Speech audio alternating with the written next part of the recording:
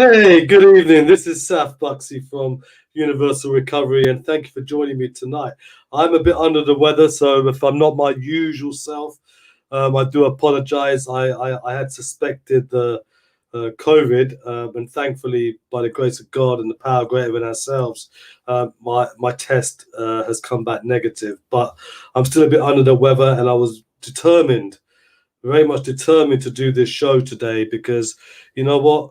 There's people out there who are struggling. There's people out there who are suffering from addiction, and I do not want to, if I can possibly do so, is not miss delivering a show of this kind of nature. Good news and bad news today. TJ Woodward is, I think we mentioned it last week. He's not going to be joining me today, but I do have a very, very, very special guest who's joining us. And how do I say it? She's my best friend. She's my partner in nearly everything that I do regarding work. She's my partner in the charity that I'm very much involved with, called Healing for the Nations, where we help people around the world, especially in developing countries like India and Pakistan and Africa, whether it's building orphanages, whether it's water wells, whether it's education, medical supplies. She is the person that I work with on these things. She's also someone who's, well, I'll introduce her. I'll get her on in a minute because she's been a guest of mine on my previous shows, but she has developed to be my best friend. And it's difficult to say that with someone you haven't actually physically met, but I've met her online throughout the last year. We've done a lot of work together. She's an incredible human being, and her background is neuro-oncology or something. I probably said it totally wrong, but look, without further ado, her name is Tanya, and she's in the green room, and I can see her. She can see me, and in a minute, or less than that, you'll see her as well. Tanya! Oh, how you doing? Hello. Wow, what an introduction. I mean, that's something. I tell you, I feel the exact same way. You are an amazing man who has a heart of purpose. And I know that you didn't want to miss delivering this very, very important message today. And because I know your heart in regards to the people that are watching, your purpose, your vision, your mission is to help as many people as possible. So I think it's such an honor to be able to be on with you today and to just help as many people as we can. So super excited. Thank you. And ready to go. So No, you know, and much love. You much know love. that. Much love. Yeah, of course. And thank you. You know, I'm already getting rid of you before you've come. Thank you. Thank you for thank you for taking TJ's place today. And please don't be He's too amazing. good. Yeah, please don't be too good because I don't fancy sacking TJ. I'm gonna send some love out to TJ, and I'm excited about seeing the next episode and the next show. So I know it's going to be super good, but I'm ready to roll today. I love your cup, by the way. Oh yes, that's right. There is only one Mr. Sax Buxy, so super excited. But I'm ready to roll today. I'm ready to help some people. Excited to see everyone coming on, and I know that it's going to be impactful and ready to just help as many people as we can today. So yeah. And I've got my coffee too. Brilliant. Well, you know what? I wonder if you can be a coffee addict. I guess I am. We will talk about it. I've got a couple of shout outs. Ness, hi Ness, my lovely. I've got two people. One has said hopping on quick as I got to feed and bathe the kids, but I'm not sure who that is. And someone else has just said hi Saf with a kiss, and I'm not sure who it is because it just tells me Facebook user. So if you can't change your name on it, I won't be able to give you a shout out, I'm afraid. But you can obviously type your name and say who you are, so I can give you a shout out. For at the moment, I can only see Ness. So hi Ness, welcome to the show. And if anybody's, excuse me, if anybody's got any messages or anything you want to say to us, please send me the message. Obviously, I've got one device here which I can only reply to what comes up here. But any messages that I can't reply to, I will try and get back to you after the show. Now, myself and Tanya, Eliza, hi Eliza, how you doing? Hi. Eliza, when I came into rehab, when I came into recovery very early, Tanya, Eliza was there with me, and we've Oh, had a wow. journey together. So welcome, Eliza. I'm so happy Oh, that's that you joined us, awesome. and please join us every Tuesday for this Yes. Universal Recovery Show, because we are part of Spirituality Gone Wild. Big up to SGW. Doing loads of things out there at the moment. If you got Sky TV, check me out. Saturday morning, Sunday morning, 10 a.m. Men's Talk, Sky Channel 191, Feel Good Factor TV. I've also got my show on Thursday, which is at 8 p.m. UK time. And that's called Inspirational People, Inspirational Stories. And this Thursday, I have the one and only Asian Oprah. So look out for her. Eliza Mason, I know exactly which Eliza you are. So really great to have you on. Hi, Eliza. Hi, Ness. Now, myself and Tanya, we were talking. I said to Tanya, I said, you got to take the lead today because I'm not feeling too good. I'm not feeling too good, but we were talking But you about look great. And I mean, look at you. You're amazing. I mean, even though you say you're not feeling good, but you look great, you're ready to go, and you're ready to give. And so that's the type of the heart that you carry. It's amazing. I'm excited. Yes, let's go. Let's roll. we were talking off air what to talk about today, and Yeah. I think one of the topics. Well, we said let's talk about 100 topics, but we simply haven't got enough time. But we're talking about triggers, weren't we? Triggers and That's right. and what can be a trigger, because obviously people. This is a very vulnerable and very important time in people's lives. Not only with the COVID situation that's been going on for a year now, Yeah. but also the month after Christmas. Yeah. January, I mentioned it last week, we have a thing called dry January in the UK. You don't have it in the US, but it's a month where people, stay off the booze for a month, but usually it's people who aren't addicts. And it's addicts who we want to try and help. And of course, I've got to make a point before I carry on. If you're a heavy drinker or a daily drinker, please do not stop drinking straight away, because the dangers of withdrawals are tragic. If you stop drinking immediately, you can and possibly die from the seizures and the fits after the shakes and the sweats. So I recommend you to either have a drink if you're experiencing any kind of withdrawals like that, if you decide to stop straight away, or call the ambulance. So I wanted to get that out of the way, and I'll keep on saying that because it's a very important message that I have to give, because alcohol is the only drug in the world that you can die from withdrawals. So that's out of the way. So your background is quite interesting, and I wanted to get your perspective on addiction. Okay. So if you can briefly just kind of talk about your background and how you can use your experience and your academia with addiction. Yeah, I will, of course. So first and foremost, I just want to say thank you again for giving me the opportunity to be able to help as many people as possible on this broadcast. And my heart is definitely for people who are struggling and who are overcoming and seeing their way through whatever type of addiction it is. Obviously, we know there are different levels and different types of addictions, whether it be alcoholism, drug abuse, whether it be sexual addictions, all sorts of types of food addictions. So in regards to my background, and I do want to address what you just said as far as, going through Christmas and whatnot and the new year.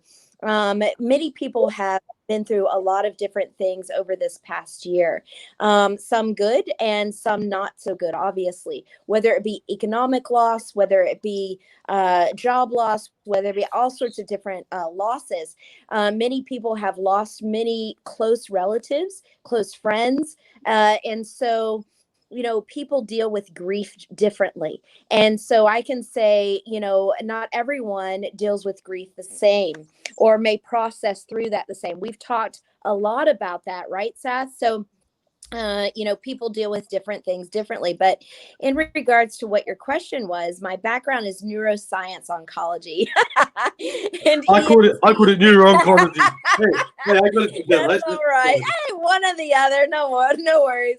But you did good. And so ear, nose, and throat oncology as well. So we know that statistically, there's a lot of, I've had to deal with a lot of addiction patients in regards to alcohol abuse, like you were just saying, DTs. Patients would go into DTs, tremors, when I would take care of them, and it would be ever so slightly. You would see changes, ever so slight changes, such as increased anxiety, repetition of questions, tremoring within their hands, those types of things, even changes of level of consciousness and flushing and vital sign changes, obviously increased heart rate and those types of things. So when we would see that as a nurse, we would go in. Obviously, I would go in. I would be taking care of these patients, and obviously, we would look for what was prescribed. Would be Ativan, typically Ativan, and in order to help these patients get through the DTs. And so sometimes it would be a simple milligram or a couple of milligrams of obviously anti anxiety med, and whether whatever that might be. But typically we would do that, and hopefully that would help. If it didn't help and the DTs continued, then we would have to obviously increase the medication. But that's something, obviously that's very real. I'm glad you addressed that in regards to alcoholism, because sometimes I think people may not know that they're even having DTs sometimes. And so I think that's a very important fact to bring up. But yeah, so as far as addiction, I've seen all sorts of addictions, drug abuse addiction. I've had patients that have had sexual addictions. I've had all sorts of ranges, and food addictions, and people that have suffered from self-esteem issues and, trigger points and that type of thing. So yeah, all sorts of different situations. The thing is what I'm wondering, because obviously when we talk about conscious recovery, which is a program that TJ created, and something that I am really getting my teeth into, and I really want to bring it into Europe, definitely the Yes, UK. yes, yes. It's a big part of it is what is missing, right? What is missing in our lives to go towards this way, and we call it yeah, Yes, we call it a brilliant strategy, right? And I think you've heard me say that a few times. Other people might call it a coping mechanism. We don't like to call it that. We call it a strategy because at that time that's what we use to get through whatever we're getting through. Is that the same with sex addiction?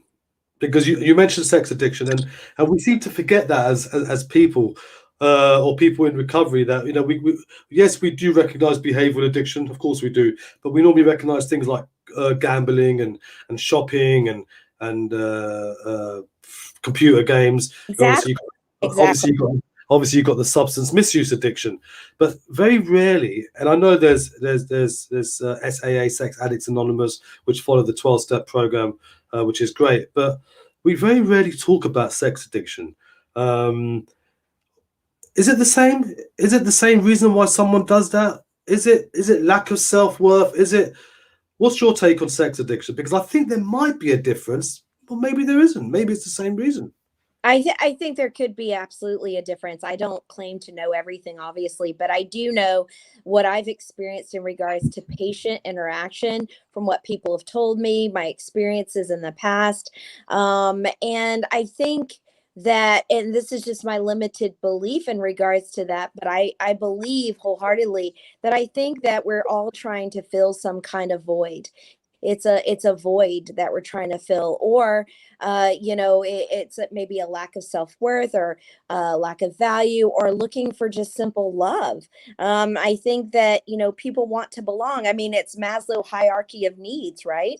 I mean, when people don't feel like they belong, or they don't feel loved, or just the basic security of needs, whether it be food, or I mean, I was thinking this past week is, and I've had some interaction with some different people around the globe in regards to their money situation, and how desperate things can become. And even, I mean, we don't have to look very far. I mean, it's right down my street, for Pete's sake. I mean, it's in the US, it's in Columbus, Ohio. It's everywhere right now, and so, um, you know, when a person is trying to, how can I say this?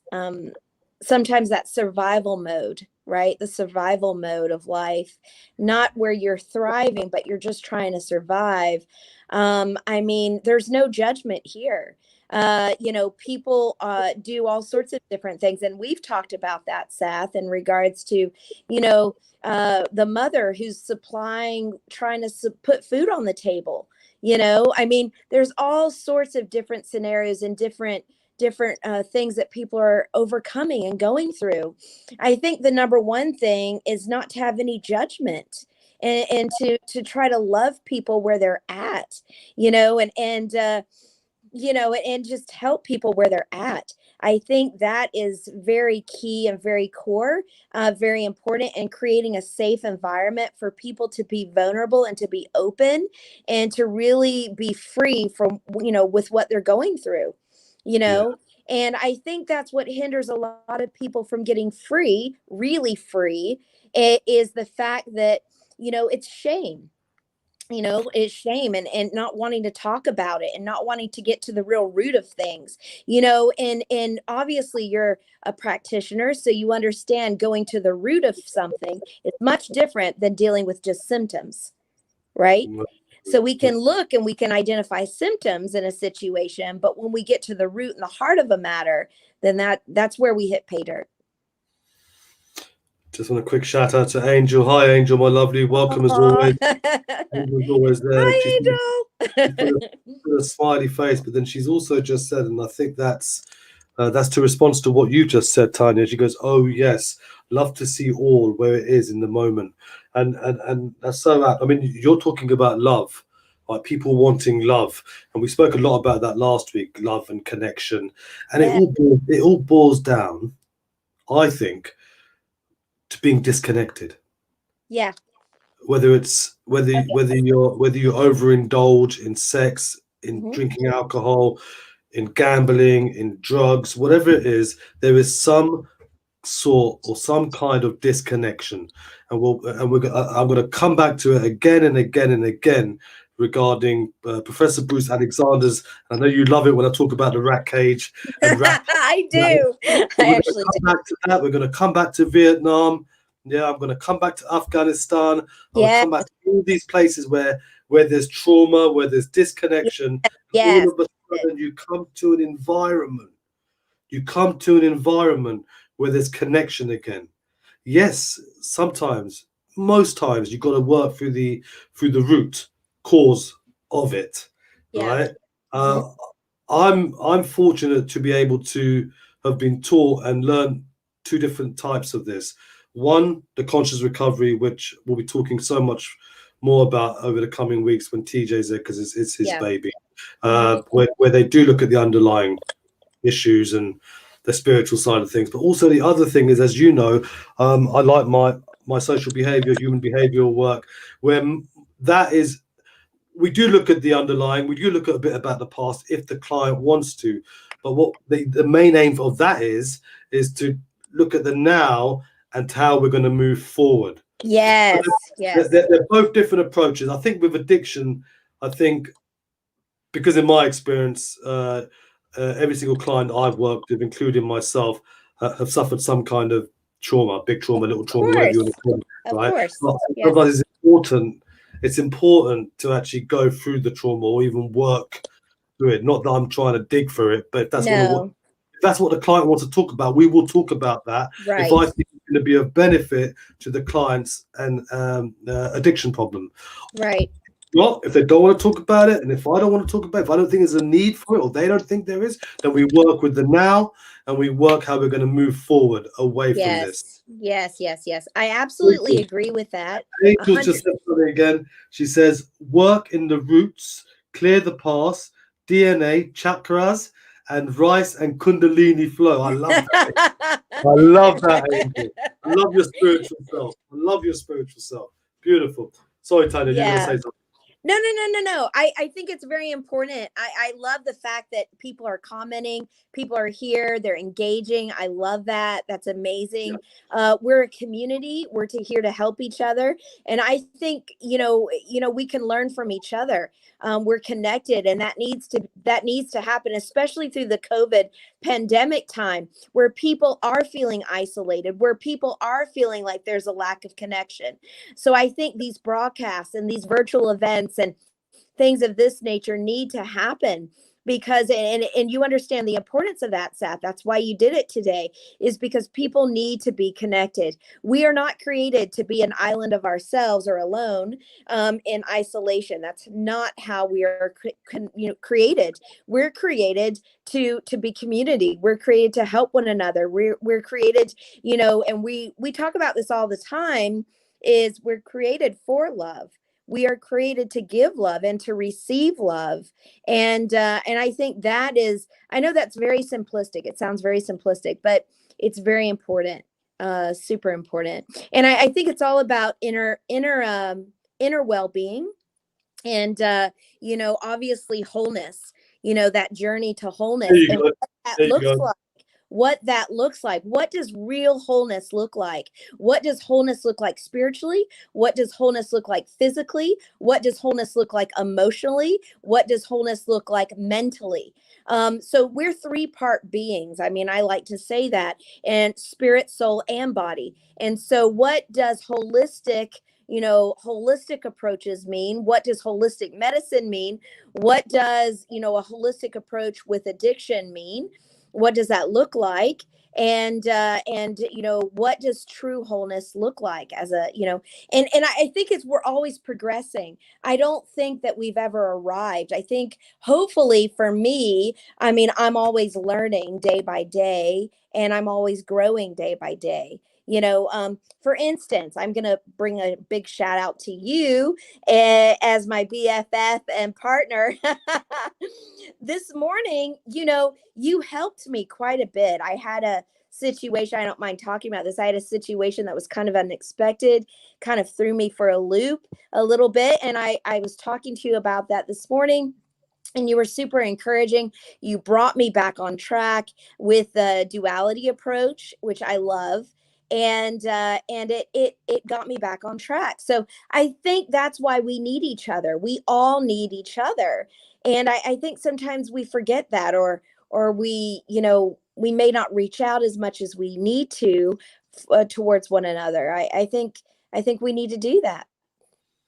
Most definitely. And I think humanity is at its best when we support each other, when we help each other move forward together, as opposed to ridicule people and criticize. And that's not the way forward. The way forward is by working in communion and working as a collective. Angel's absolutely loving what you're saying. She's Hi, saying, Angel. Much love. she's saying shift energy, move energy, clear energy, and feel the power of loving energy. She's calling you she's saying you rock, sister. You rock, sister.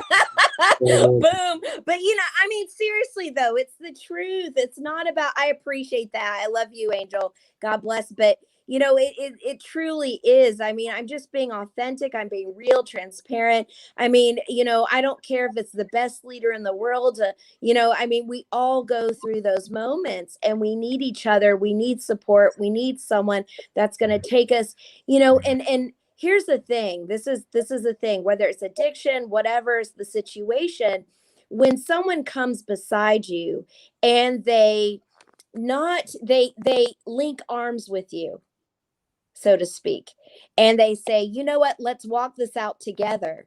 That's a whole different approach than let me tell you what to do, right?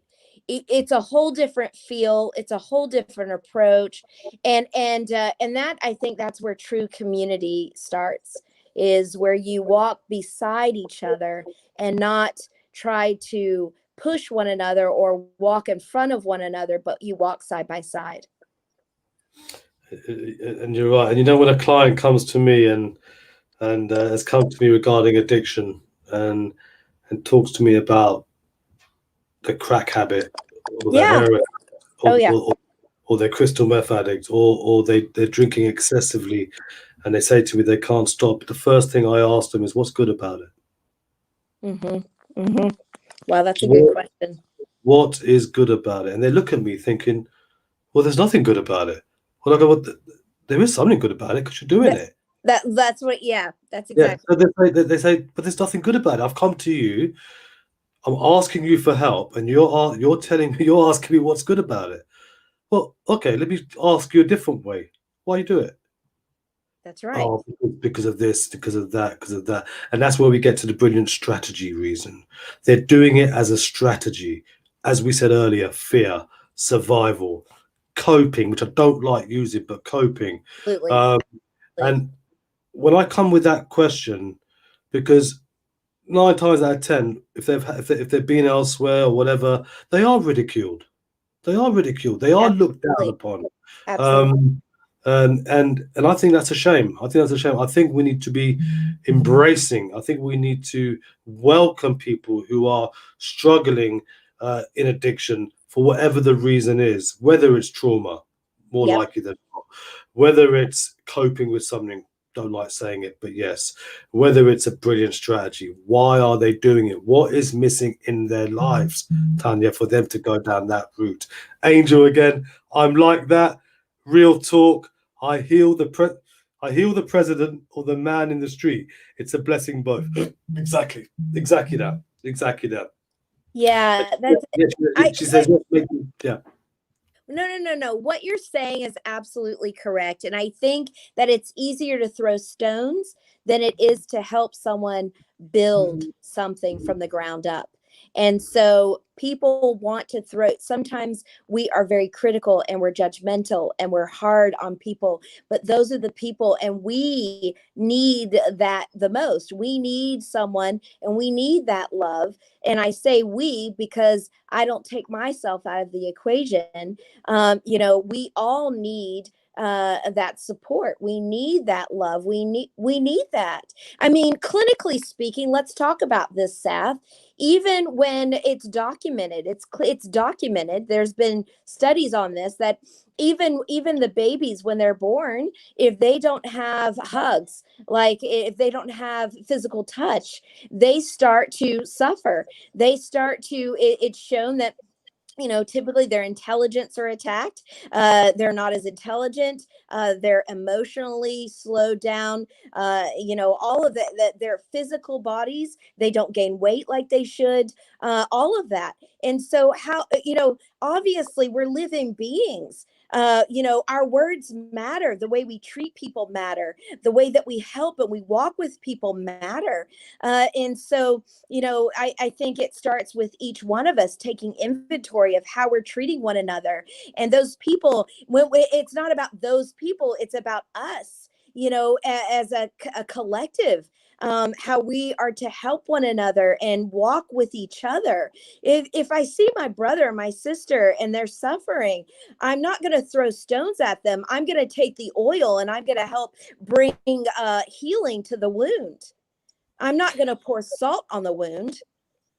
But where do you and I totally agree with what you're saying, but what do you do when the person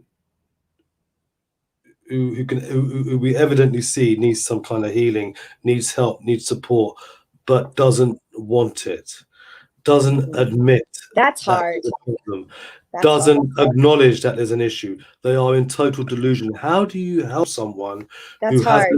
hasn't admitted that they've got an issue, they've got a problem? That is extremely difficult because they don't believe that there's a problem in the first place. Well, That's so hard. It's evidently the hard. consequences that you're seeing, evidently the consequences that you're seeing, whether it's the health, whether it's police, whether it's financial difficulties, whether it's sleeping rough, whatever it is, you're seeing that. But yet they are so much in delusion, which is very common, very, Yes. very common in addiction. I was. Yes. I Yes. I didn't even feel I had a problem. All the way up into me walking into rehab, I didn't even think I had an issue. Did a little bit, Yes. but not like, once I went for the rehabilitation. Thanks, Angel. I love you too. She goes, I so love you both. Beautiful. Oh, that's So so how do sweet. you Thank you. how do you conquer that? I mean, you can't, you they say you can't take a horse to water and make him drink it. And you know my saying for this, you could take a horse to the water but make him thirsty. Right. Make him thirsty. So my philosophy is, okay, you can't force someone to do something that they don't want to do, but you can dangle the carrots. You can show them things. You can try and get them connected because as we've said and we keep on saying, bless you, Thank before you, you. I felt a sneeze coming. As we said, a lot of it is down to disconnection. Why disconnection? Because there's possibly some kind of trauma, or there's something that's happened in their lives that have got them to a stage or to a state of disconnection. So maybe try and get them connected with something, with someone, with ourselves, to possibly help them realize that, you know what, maybe there is an issue, maybe there is a problem. Yeah, absolutely. I mean, we've all seen the show's Intervention. The interventions on the show on TV. Where people are confronted with their actions, and interventions are trying to be put in place. I think the one time that I learned this the most was in my nursing career. I've been in healthcare over 25 years, and I learned very quickly. I When I first went into healthcare, I was just ready to, and I am still like this, wanting to save everyone and help everyone, and that type of thing. But I learned very quickly that, through a series of events, that if people aren't willing to even recognize that there's a problem, they're not going to make any changes. If they don't recognize that there's an issue or a problem, they first have to recognize that there is a problem. But some people, until they take responsibility and they say, this is where the problem lies, instead of blaming or projecting or whatnot, I think it's at that place that they're ready to really get some help and really change. And that's an inner work. And the reason why I say that is because I've tried to teach people. I've helped people with wound care and all sorts of different scenarios. I could go on and on and on. And then they would I would see them next, one week I would teach, I would help, I would educate, I would explain the consequences, and then they wouldn't listen. They wouldn't listen. They wouldn't follow anything I said. And then the next week I would see them back in the hospital. The reason being is because A, they didn't, I don't know, they didn't think it was important. They didn't listen. They didn't, whatever the situation, but they didn't take ownership. They didn't take responsibility for their own health. And they came back. So there's a fine line between enabling someone and helping someone. Helping someone says, listen, if this is what you need to do, do you see the consequences of your actions? If you don't do that, this is what's going to happen. And laying it out versus enabling, which is continually. And I've been in both situations. You don't want to be an enabler, so sometimes tough love is required. Sometimes you do have to draw those lines and have that tough love. So love to me is not weak. Love to me is very strong. It's a very powerful thing when it's executed from the right heart, and not to be hard on the person, but because you genuinely love that person.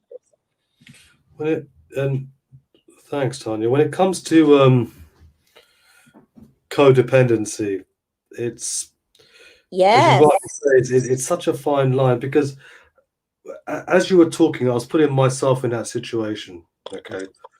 Now, if someone, and it really is a difficult one, because if you're in active addiction like I was, and like many Yes. of our audience are or have been, Yes. Yes. um, or know of someone who is, when you come from the tough love approach, sometimes it gives the person excuse to carry on. Hmm. Yeah. I firsthand, yeah. Yep. If you Yep. let them get away with it, or enable them, or let them do what they want, or give them some money for whatever, Yeah. they can do it more as well. So Correct.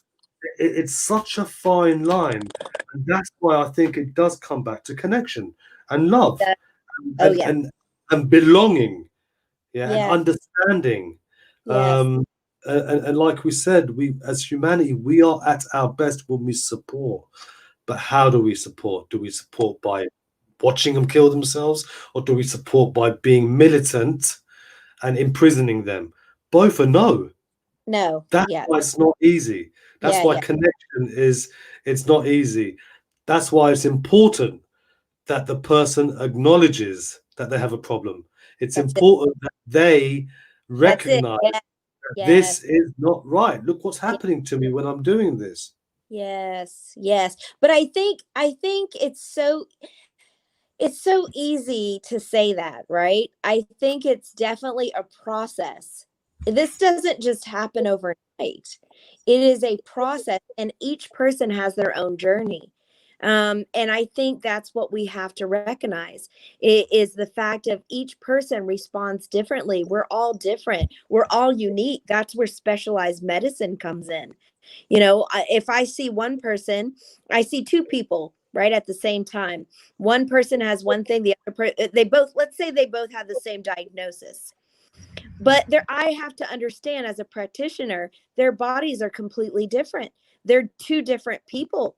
I'm not going to treat them both the same thing, even though I might stick with an algorithm or a protocol that that's prescribed. But I have to also understand they're two different people. There are two different situations. There are two different dynamics. I would prefer to be a practitioner that would recognize those differences in my patients and say, and understand that everyone's different. I can't approach everyone the same way. And that's where specialized medicine and a specialized approach comes in. Like the way that I would approach you or the way that someone would approach me would be totally different because we're two different people. Exactly. Listen to their experience without judge. Love Yeah, them. Show them another way to get what they searched. And that's beautiful. Thanks again, Angel. yeah. I want to give a shout out to my mother-in-law, who's who's watching live from India. One love. Uh, Tanya Aw. is my partner in all the Aw. humanitarian work we're doing. Aw. That's so sweet. That is Hi, so mommy. sweet. And Hi. I got that out of the way. Aw. So lovely for Awesome. you to join us, and I'm so Yes. happy, and I hope you're getting some value of this. And Yes. this is where it comes back from support, because when I was in addiction, and I'm feeling something now. My wife, my Yes. children, Yes. my wife, my children, my mother-in-law, all the way from Yes. India, my father-in-law. These are the people who supported me. These That's are the it. people who showed me love. These That's are the it. people who worked with me and helped me to get to recovery, That's and it. they helped me throughout it, and they are still helping me today, Tanya. Yes. Um, as you know, it's a lifelong program. Of course, I've got to put the work in. I Yep. understand that, but Yep. like for example, my mother-in-law, she is a woman of faith, um, Yes. and and and she prays. She prays, and Yes. she gets her solace just like I do and you do for sure by Yes. praying. Yes. We're not here to preach people to pray to God, or but I believe in a power greater than myself. I choose to call him God, Absolutely. Yes. whatever it is, because I think when you're in the crux, when you're entrapped and ensnared by addiction, Come on. Yes. you have to stop playing God. You have to turn to something else and surrender to something else that will get you through this. Because if you don't, you will die. That's right. You Yes. will die. Hmm. That's right. That Praying is powerful. Let it go, let God. If you don't believe in God, believe in a source, believe in a power greater than yourself, mm, believe something, surrender to something. yes. Otherwise, it's downhill. So I Yes. thank you for people who have supported me and Yeah. prayed for me and have helped me pray in turn and continue the journey of recovery. That's beautiful. That's beautiful. Which brings me back to what you were just saying. I absolutely, prayer is very powerful. It changes lives. It does make a difference. And I think what you were saying too about your mother-in-law, your beautiful mother-in-law. God bless you. I'm glad to see that you're here today. Her What an name is honor. her name is Shahida. Her name is Shahida. Oh my goodness. Oh my goodness. Bless you. But and your lovely wife, your children, Saf. I mean, thank God you had a good support system. You had people around you that loved you. But that's what we're talking about, right? Is connection. And that's what we're talking about too when we need those people in our life, right? That will love, and that's what love is, right? Love is not foo-foo. It's not the things that you see. It can be the things you see in the movies, I guess. But when love is love, love is, there's no powerful force. Love is people sticking by you. When things go all array or go pear-shaped, like you say. Love is very tough, and it is very, very strong. And so it can endure anything. And so when you have people in your life like that, what a blessing. I heard the other day, there's no stronger love than the love of a parent, or for their child. And we see those mothers that are standing in the gap for their sons and their daughters, and we see the wives or the husbands that are standing in the gap for their spouses. So it's super important to have a good support system, or to be a support system for someone who may not have a support system. And that's why I think we all should treat each other gently, because you don't know what the next person has been going through. You don't know. We have no idea what someone's going through. And And you they took could look like they have it all together. They could look like they have the world by the tail, and inside they are absolutely suffering. And that's why we have to be gentle with people. I really believe that. definitely that, and you took the words out of my mouth, because obviously I like to think I'm one of the fortunate people that people persevered with myself, my wife, my wonderful wife, wonderful children, Yes. wonderful in-laws. My Yes. parents weren't alive to see me come into recovery, but there are people, and I want to recognize, just like you did, people Yep. out there who don't have a support system, people out there who are in constant isolation, people who don't have a parent or a child in their presence for whatever reason. And I urge you to get involved with community groups. I urge you to get involved with potentially like-minded people. I urge you to get involved in activities. I urge you to get involved with something that can fill in that void, something that can give you Yep. some kind of connection. I urge you. I am always here for everyone. You've got my website at the bottom. Yes. Send me a Yes. message. And if I can Yes. help you, if I can be of service to you or be of any value to you, please, please, please reach out to me. Reach out to me. Reach out to TJ. Reach out to Tanya. You'll find Yes. Tanya Of on my course. Yes. Facebook. We're all here to work. And I think today's session, we were going to talk about triggers, but I think we sort of gone forward from last week where we were talking about connection. We've carried on that about connection, about love, about support, and I think it comes down to that all the time. So, Tanya, we've actually come to an end, and time has just flown by. And It flies. Time just flies. yeah, I would like to thank you so much for filling in for TJ today. My pleasure. It's funny because, and I think we laughed about this, is that when I was trying to find a replacement for today's show only, you weren't even top of my list. And then, I know. You weren't. And then I thought, wait a minute, she's my best mate, and she knows because you come from a clinical background. You're very experienced. You talk a lot of sense. We have a lot in common in the work we do. Yes. And in the end, it turned out to be a no-brainer. So again, I would like to thank you. Angel is thanking you.